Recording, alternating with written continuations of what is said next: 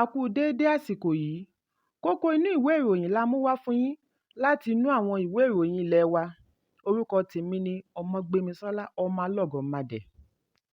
Lẹ́yìn awuyewuye lórí bí ojúnà Èkó sí Ìbàdàn ṣe dí gágá fún lílọ bíbọ̀ ọkọ̀, ìjọba àpapọ̀ ti dá iṣẹ́ àtúnṣe ojúnà náà dúró.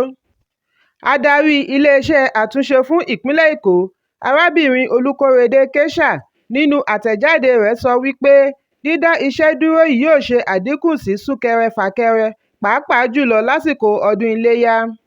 Wọ́n ní iṣẹ́ yóò dúró láti òní ọjọ́ Ìṣẹ́gun títí di ọjọ́ Àìkú tí ó ń bọ̀. Ìgbésẹ̀ yìí yóò fún àwọn arìnrìn-àjò ní ààyè ojúnà gerege. Wọ́n wá gba àwọn arìnrìn-àjò ní ìmọ̀ràn láti fọwọ́sowọ́pọ̀ pẹ̀lú àwọn olùdarí ojú pópó tí wọ́n darí láti ṣe àmójútó rírìn ọkọ̀. Ẹ̀kúnrẹ́rẹ́ ìròyìn yìí wà nínú ìwé ìròyìn Vanguard tó jáde lónìí. Lánàá ni iléeṣẹ́ amúnáwá kéde wípé àwọn ti dẹ̀yìn nínú èròǹgbà wọn àti ṣe àlékún sí owó iná mọ̀nàmọ́ná bẹ̀rẹ̀ láti ọjọ́ 1 oṣù keje. Ìgbésẹ̀ yìí wáyé látàrí wípé olùdarí àjọ amúnáwá kò tíì bu ọwọ́ lu àbá náà. Síwájú àkókò yìí ní oríṣiríṣi ìkéde ń wáyé wípé iléeṣẹ́ amúnáwá yóò ṣe àlékún owó iná pẹ̀lú ìdá 30 sí 40 nínú ọgọ́rùn-ún 30% to 40% increment. Nínú àtẹ̀jáde iléeṣẹ́ amúnáwá ti ìlú Àbújá AEDC ni wọ́n ti rọ àwọn oníbàárà wọn láti gbé ọkàn kúrò nínú àlékún owó ọ̀hún nítorí pé àwọn kò tíì gba àṣẹ fún àlékún owó. Ẹ̀kúnrẹ́rẹ́ ìròyìn yìí wà nínú ìwé ìròyìn Punch tó jáde lónìí. Ọ̀gá àgbà tuntun fún iléeṣẹ́ aṣọ́bodè Nigeria Customs Service NCS Bashir Adéwálé Adéníyì ti ṣèlérí láti mú ìdíwọ́ àti ìdènà kúrò kí àkótún lè wà fún ṣíṣe òwò ní ìlànà orílẹ̀-èdè Nàìjíríà. Adéníyì sọ ọ̀rọ̀ wọ̀nyí ní ọjọ́ Ajé lẹ́yìn tí ó gba ipò adarí NCS. Ó ní kò ní sí ìdíwọ́ fún okòòwò yálà lórí omi tàbí ẹnu ibodè.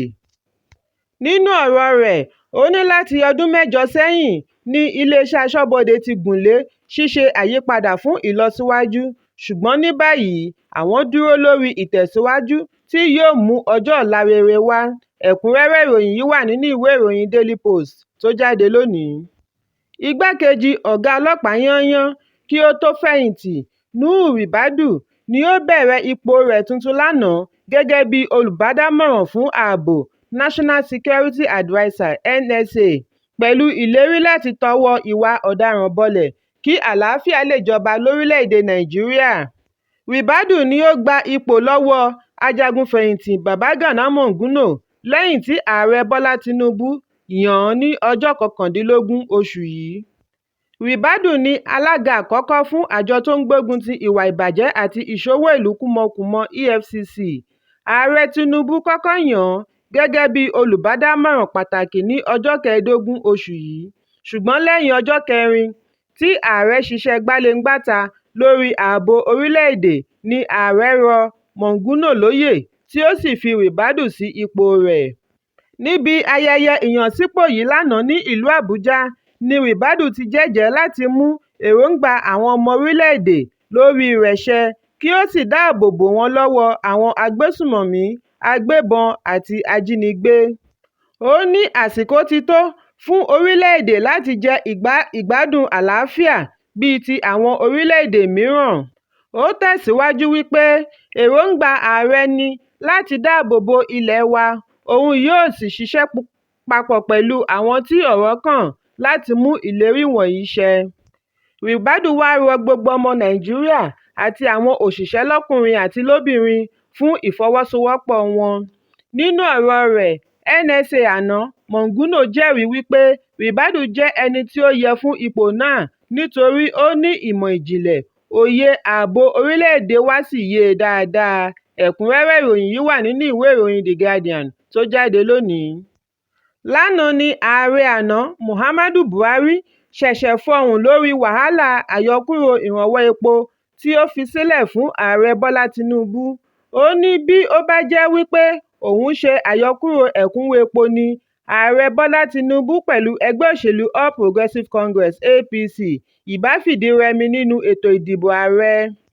Nínú àtẹ̀jáde tí agbẹnusọ rẹ̀ àtijọ́ Garba Shehu gbé jáde ní Buhari ti gbóríyìn fún ìjọba tuntun pẹ̀lú yíyọ ẹ̀kúnwó epo àti ìgbésẹ̀ láti bójútó pàṣípààrọ̀ owó náírà. Shehu ní àtẹ̀jáde yìí wá láti fi ìdáhùn sí ìbéèrè wípé èéṣe tí Tinubu ṣe yọ ìrànwọ́ epo láìpẹ́ ọjọ́ tí Buhari kò rí yọ fún ọ̀pọ̀lọpọ̀ ọdún. Shehu ní kí àwọn ará ìlú má gbàgbé ẹ̀kúnwó iná mọ̀nàmọ́ná, ẹ̀kúnwó ìrìnàjò hajj àti Jerusalem, ẹ̀kúnwó epo dísù, kerosene, afẹ́fẹ́ gáàsì àti àwọn òfin ẹ̀kúnwó mìíràn tí wọ́n fìdí ẹ̀ múlẹ̀. Ó ní òun fẹ́ rán àwọn tí làákàyè wọn kúrú létí wípé gbogbo àwọn nǹkan wọ̀nyí ni wọ́n ní ẹ̀kúnwó kí Buhari tó gba ipò ní ọdún 2015, ṣùgbọ́n gbogbo rẹ̀ parẹ́ bí iṣó kí ó tó di oṣù karùn-ún ọdún 2023, láì gbàgbé ẹ̀kúnwó ajílẹ̀ ọlọ́dọọdún tí iye rẹ̀ wà láàárín 60 sí 100 bílíọ̀nù náírà, èyí túmọ̀ sí tírílíọ̀nù kan náírà láàárín ọdún mẹ́wàá, tí ó sì wúwo lórí ìṣúná owó ìjọba àpapọ̀ lọ́dún. Ó ní bí ó tilẹ̀ jẹ́ wípé Buhari kò yọ ìrànwọ́ epo, nípele ìpele ni ó yọ ìrànwọ́ yòókù tí ó lè mú ìjákulẹ̀ bá ọrọ̀ ajé. Ẹ̀kúnrẹ́rẹ́ ìròyìn yìí wà nínú ìwé ìròyìn The Guardian tó jáde lónìí.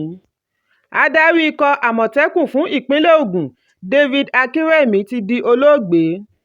Akínrẹ̀mí tí í ṣe kọmíṣánná ọlọ́pàá kí ó tó fẹ̀yìntì ni a gbọ́ wípé ó di olóògbé ní ìrọ̀lẹ́ àná, ọjọ́ Ajé. Ìwádìí jẹ́ kó di mímọ̀ wípé àìsàn kan tí ẹnikẹ́ni kò mọ̀ nípa rẹ̀ ti ń bá Akínrẹ̀mí fínra láti bí ọjọ́ mẹ́ta kí ó tó dágbére fáyé lánàá. Nígbà tí ó ń fi ìdí ọ̀rọ̀ yìí múlẹ̀, adarí àjọ So-So-Safe, Sọjí Gonzalo, ṣe àpèjúwe ikú Akínrẹ̀mí gẹ́gẹ́ bí èyí tí ó yanilẹ́nu gidi. Ọdún 2021 ni gómìnà Dàpọ̀ Abíọ́dún yan Akínrẹ̀mí gẹ́gẹ́ bí adarí àkọ́kọ́ fún àjọ Àmọ̀tẹ́kùn. Pẹ̀lú àmójútó rẹ̀ ni àjọ Àmọ̀tẹ́kùn pẹ̀lú àwọn àjọ aláàbò mìíràn ṣe ń gbìyànjú láti lé ìwà ọ̀daràn jìnnà kúrò ní ìpínlẹ̀ Ògùn. Ẹ̀kúnrẹ́rẹ́ ìròyìn yìí wà nínú ìwé ìròyìn Daily Post tó jáde lónìí. Kókó inú ìwé ìròyìn tòní kò ní jù báyìí lọ. Ẹ pàdé mi lọ́la fún àkọ́tún ìròyìn. Kí a tó lọ, ẹ má ṣaláì fi àríwísí yín ránṣẹ́, ìyẹn comment, kí ẹ sì bá wa subscribe sí ojúnà wa lórí YouTube kí Kókó Inú Ìwé Ìròyìn lè máa tẹ̀ yín lọ́wọ́ ní kíákíá.